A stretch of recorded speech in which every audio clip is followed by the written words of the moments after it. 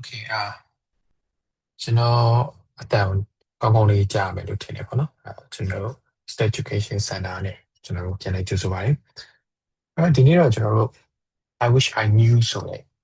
အကြောင်းအရာလေးပေါ့ဒီနေ့ကျွန်တော်မျှဝေပေးခြင်းတယ်ပေါ့နော်I wish I knew ကိုကျွန်တော်ဒီ essential grammar use တွေကသင်ခန်းစာတွေထဲကနေပဲကျွန်တော်ထုတ်လုပ်ပြီးတော့သင်ထားတယ်အဲ့ဒီနေရာမှာကျွန်တော်ပို့ပြီးရုပ်ရှင်တဲ့စကားလုံးတွေစာကြောင်းတွေအနေနဲ့ပေါ့နော်ကျွန်တော်ပြန်ပြီးတော့နားလေးတော့ကျွန်တော်ပြန်ရှင်းပြပေးပါပေါ့နော်I wish I knew ဆိုတာတော့ wish ဆိုတာတော့ကျွန်တော်ဆူတောင်းနေလို့ကျွန်တော်သိပေးတာပါနော်ဆူတောင်းနေဆိုတဲ့သဘောမျိုးအနေနဲ့ငါသိခင်ကောင်းမယ်ဒီလိုမျိုးသဘောမျိုးပေါ့နော် I wish I knew ငါသိခင်ကောင်းမယ်ဒီလိုမျိုးလေးတွေနဲ့ကျွန်တော်တို့သိထားကြတယ်အဲ့မှာနည်းနည်းလေးခွဲပြားမှုလေးတွေတော့ကျွန်တော်ရှိတယ်ဒီနေ့တော့ကျွန်တော်I wish ဒီ wish နဲ့ပတ်သက်တဲ့ဒီထားတဲ့နဲ့ကျွန်တော် structure ပေါ့နော်structure သုံးခုအကြောင်းနည်းနည်းလေးကျွန်တော်ရှင်းပြခြင်းနဲ့သူရဲ့ usage လေးလည်းကျွန်တော်တို့ simple usage လေးတွေကျွန်တော်တို့ပြောလေ့လာကြတယ်ပေါ့နော်ဒီလိုလေ့လာကြတယ်okay ကြည့်ကြည့်အောင်အဲ့တော့ပထမဆုံး wish ကိုမှ past simple နဲ့ past simple ကျွန်တော်ဒီမှာမြန်မာလို့ဆိုရင်ကျွန်တော် but do လို့ပို့ပြီးတော့မြန်မာကျွန်တော်ဒီမျိုးဆိုပို့သိလာမယ်ပေါ့နော်but do ဖြစ်တဲ့ past simple ကျွန်တော် past perfect ဆိုရင် have plus but 3ပေါ့နော်ဒါမျိုးလေးတွေwish နဲ့ would နဲ့ဒါကျွန်တော်ဘယ်လိုတွဲလဲပေါ့နော်အဲ့လိုတွဲပြီးတော့ကျွန်တော်အဓိပ္ပာယ်လေးဘယ်လိုအဓိပ္ပာယ်လေးကျွန်တော်ဖြစ်လဲဆိုတာမျိုးကျွန်တော်တူကြည့်ကြည့်အောင်အဲ့တော့ပထမဆုံးအနေနဲ့ wish plus past simple လေးကိုကျွန်တော်ရှင်းပြချင်နော်wish plus past simple ပေါ့ wish plus past simple ဆိုတဲ့ structure လေးကဘယ်နေရာမှာသုံးလဲဆိုတော့ wish about the present ပေါ့နော်အဲ့တော့ကျွန်တော်တို့ဒီအခုလက်ရှိဖြစ်နေလက်ရှိပေါ့နော်ကျွန်တော်ပစ္စုပန်မှာဖြစ်နေတဲ့အခါမှာ something is not true now အဲ့တော့အခုလက်ရှိမှာတော့မမှန်ကန်ဘူးဒါပေမဲ့အဲ့လိုဒီလက်ရှိမှာဖြစ်ရင်ကောင်းပါမယ်လို့ကျွန်တော်တို့စိတ်ကူးရင်နဲ့နော် imagination လုပ်တဲ့ပုံစံမျိုးပြောချင်တဲ့အခါမျိုးမှာဆိုရင်ကျွန်တော်တို့ကဒီ wish plus but do ဒီ pattern လေးကိုကျွန်တော်သုံးလို့ရတယ်နော်ဘယ်လိုမျိုးလဲဆိုတော့ဥပမာစာကြောင်းလေးနဲ့ဆိုရင်ကျွန်တော်ပိုရှင်းလောက်တယ်နော် I wish I had a car I wish I had a car wish ရဲ့ I had နော်but to have ရဲ့ဒါ but 3ကို but 2ကိုသုံးတာပါ but to have ရဲ့ but 2ဟာ had ဖြစ်တယ်နော်အဲ့တော့ I wish I had a car ငါမှကားရှိရင်ကောင်းမယ်အခုပြစ္ဆုတ်မှာကျွန်တော်အခုပြစ္ဆုတ်မှာဖြစ်ရှိလားဆိုတော့မရှိဘူးဒါပေမဲ့ကျွန်တော်ကကားရှိရင်ကောင်းပါပဲအခုပြစ္ဆုတ်မှာကျွန်တော်ကတွေးလိုက်တာနော် imaginate လုပ်လိုက်တာငါကားရှိရင်ကောင်းမယ်အဲ့ဒါမျိုးပေါ့နော်နောက်တစ်ခါကျတော့ I wish I knew the answer အဲ့တော့ no နော် KNO no but want ဒီမှာ I wish နဲ့တွဲထားတယ်but do ပြောင်းမယ်နော် wish but do ပုံစံမျိုးကျွန်တော်ကပြောနေရဖြစ်တော့ knew ဆိုဖြစ် I wish I knew the answer အဖြစ်သိကောင်းပါပဲအဖြစ်ဆိုပါမှာကိုခံစားရတဲ့ဟာပဲအဖြစ်သိလားဆိုမသိဘူးနော် something is not true ဒီကျွန်တော်ရှင်းမယ်တင်တယ်နော်ကျွန်တော် I wish I lived near the beach I wish I lived near the beach ငါဒီကမ်းခြေနားမှာနေရရင်ကောင်းပါပဲကမ်းခြေနားမှာနေရရင်ကောင်းပါပဲဒါကိုယ် wish လုပ်တဲ့သဘောပေါ့နော်အခုတော့ကမ်းခြေမှာနေရလားမနေရအောင်နော်ဟိုနေရမနေရပါဘူးနော်ကမ်းခြေမှာနေရင်ကောင်းပါပဲလို့ကျွန်တော်တို့ပြောတာဖြစ်ပါတယ် she wishes she was taller သူကဒါကြောင့်ကျွန်တော် subject တွေပြောင်းသွားတယ်ပေါ့နော် she နဲ့တုံးထားတယ်ဒါကြောင့် wish ဆိုရင်ကျွန်တော် yes ပေါလိုက်တယ်နော် she wishes she was taller from English မှာလည်းဝယ်လို့ရှိရင်ထားပါတော့ okay she was taller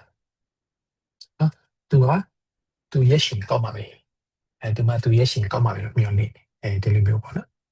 အဲ့ဒါက they wish they had more free time သူတို့ကအချိန်ပိုရရင်ကောင်းပါပဲနော်သူတို့အချိန်ပိုရရင်ကောင်းပါပဲလို့သူတို့မျှော်လင့်တယ်သူတို့ဒါကိုဖြစ်ချင်တဲ့သဘောပေါ့နော်အခုကတော့ဖြစ်လာဆိုတော့မဟုတ်ပါဘူးနော်ဒီတိုင်းပဲ wish about the present နော်အဲ့တော့ဒီတိုင်းပဲပြောလိုက်တဲ့သဘောပေါ့နော် I wish I had a car I wish I knew the answer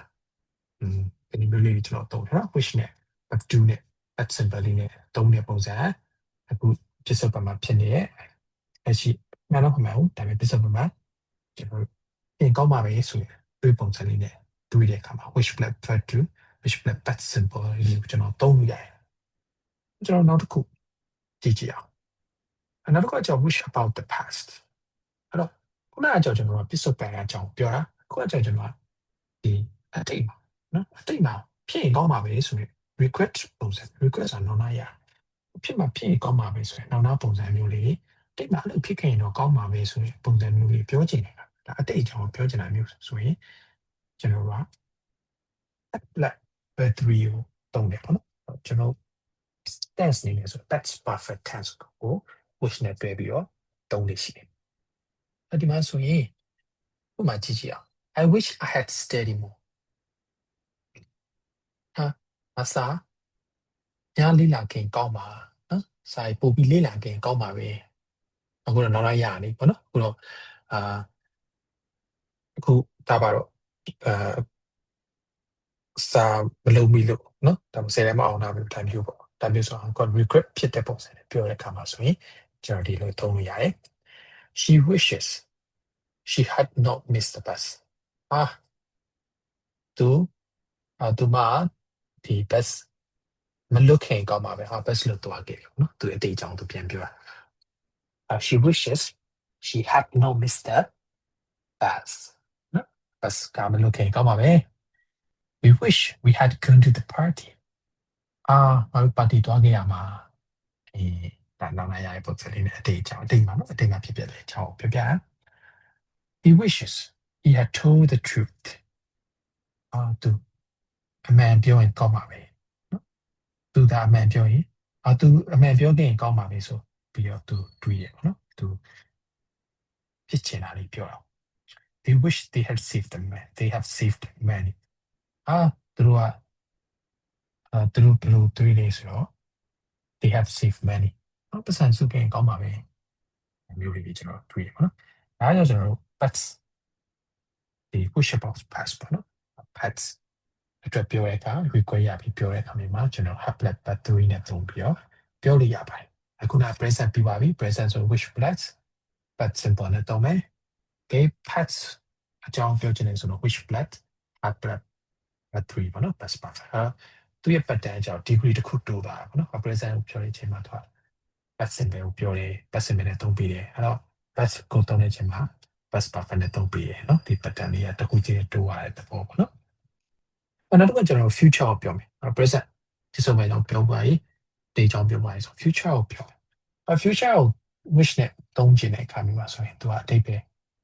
meaning တစ်မျိုးဖြစ်နိုင်တယ်နော်သူရဲ့ usage က complain တက်တာမျိုးဖြစ်နိုင်တယ်ဒါမှမဟုတ် changes တစ်ခုခု changes လုပ်ချင်တယ်ဒါမျိုးပြောရမျိုးနော် changes အပြောင်းအလဲလုပ်ချင်တဲ့အခါမျိုးမှာလေကျွန်တော် wish ကိုသုံးပြီးပြောရပါတယ်wish blood အမျိုးဆိုရင်သူရဲ့ structure wish blood would နော်အဲ့တော့ကြည့်ကြအောင် I wish it would stop raining မိုးရရင်ကောင်းမယ်ဆိုရင်မိုးရရင်ရက်သွားရင်ကောင်းမယ်မိုးရရင်ရက်ပါသေးဒါအတိတ်ကိုပြောတာမဟုတ်တော့ဘူးအခုကကျွန်တော်အနာဂတ်ကိုပြောမိုးရရင်ရက်ရင်ကောင်းမယ်မိုးရရင်ရက်ရင်ကောင်းမယ်ဒါဘုနဲ့ပြောရတော့မယ်နော်တိတ်ဆိုရင်အနာဂတ်အကြောင်းပြောတာ I wish it would stop raining မနေ့ပြန်မိုးရရင်ရက်ရင်ကောင်းမယ်နော်ဒီလိုမျိုးသဘောမျိုးနော် she wishes you will listen to her မင်းသူစကားနားထောင်ကောင်းမယ်လို့သူမမျှော်လင့်နေသူမကမျှော်လင့်မင်းသူမစကားကိုနားထောင်ကောင်းပါပဲ we wish the teacher would speak slowly ဆရာမဖြည်းဖြည်းလေးပြောရင်ကောင်းမယ်နော်ဆရာမဖြည်းဖြည်းလေးပြောဖို့မျှော်လင့်တယ်ဒီလိုမျိုးပေါ့နော် he wishes his friend would call him အဲ့တော့သူရဲ့တကယ်ချင်းနေသူကိုဖုန်းခေါ်ရင်ကောင်းပါပဲဒီလိုမျိုးမျှော်လင့် they wish the noise would go away အဲ့တော့ဆူညံတဲ့နေပပြတ်ဝိုင်းကောင်းပါပဲနော်ဒီလိုမျိုးပြောဒါပေမဲ့သူကဒီနေရာမှာကျွန်တော်တို့အသုံးမပြရ I wish to wish ပဲဒါပေမဲ့ဟုတ်ပြီ complaint တက်ချင်တာ changes ဖြစ်ချင်တာလားဒါအတိတ်လားအနာဂတ်လားဒါမှမဟုတ်ပြစ္ဆုတ်ပံကိုပြောချင်တာsorry ပြစ္ဆုတ်ပံကိုပြောချင်တာအနာဂတ်ကိုပြောချင်တာအတိတ်ကိုပြောချင်တာအဲ့ဒီပုံမှာမူတည်ပြီးတော့ wish နဲ့နောက်မှာ would ထည့်ရမှာလား wish နဲ့နောက်မှာ but to တော့ရမှာလား wish နဲ့နောက်မှာ present perfect တော့ရမှာလားsorry past perfect တော့ရမှာလားဒါလေးကျွန်တော်ဒီပို့ပထမဆုံးကျွန်တော်ဒီနေ့လေ့လာခဲ့တာ နော် I wish I knew ဆိုတဲ့ကျွန်တော်ကောင်းစရာမှာ wish နဲ့ပတ်သက်တဲ့ structure နှစ်ခုပေါ့နော်ကိုလေ့လာခဲ့အဲ့တော့ wish past simple ဘယ်အကြောင်းပြောလဲဆို present မှာကိုယ်လက်ရှိဖြစ်ဆုံးပဲမှာပြောချင်တဲ့အခါမျိုးသုံးတယ် wish past perfect ဆိုရင်ဒီကအကြောင်းပြောချင်တဲ့အခါပေါ့နော်သုံးတယ် wish plus would ဆိုရင်တော့ complaint တက်ချင်တာလားဒါမှမဟုတ် changes ဖြစ်ချင်တာဒါမျိုးတွေအားဆိုရင်ကျွန်တော်သုံးတယ်ပေါ့နော်အဲ့တော့ဒီသင်ခန်းစာကတော့ကျွန်တော်ထင်တယ် wish နဲ့ပတ်သက်ရင်တော့ဒီစာလေးရပါမယ်လို့ထင်တယ်အဲ့တော့ကနမူနာစာဆောင်တွေတိုက်ရှာပြီးလုပ်ကြည့်ပါနော်အဲ့ဒါဆိုပို့ပြီးတော့wish နဲ့ပတ်သက်တာလေးပို့ပြီးတော့နည်းနည်းစာလေးသိပါပေါ့နော်အဲ့တော့အခုကြည့်နေလို့အောက်ပြန်နေကြည့်တယ်နောက်ပြီးတော့ဒီဗီဒီယိုအကျိုးရှိလားပေါ့နော်အဲ့ကျွန်တော်ဗီဒီယိုအောက်မှာကျွန်တော် comment လေးတစ်ချက်ပေးခဲ့ပါနောက်ပြီးတော့သင်ခန်းစာမျိုးလေးတွေကိုပို့ပြီးတော့သိချင်တယ်နော်အဲ့ဒါလေးအဲ့တော့ comment လေးဖတ်ရတော့ကျွန်တော်လည်းအားရှိပေါ့နော်အဲ့ဆိုကျွန်တော်လည်းတေချာလေးပြန်ပြီးတော့ပြန်လုပ်နိုင်တယ်ကျွန်တော်တိတက်တော်လေးပြန်ပြဝင်နိုင်တယ်နော်ဒီလိုမျိုးလေးကျွန်တော်တို့သွားကြမယ် true သားကြမယ်နော် okay ကဲဒီနေ့တော့ဒီလောက်ပါပဲ bye bye ပါ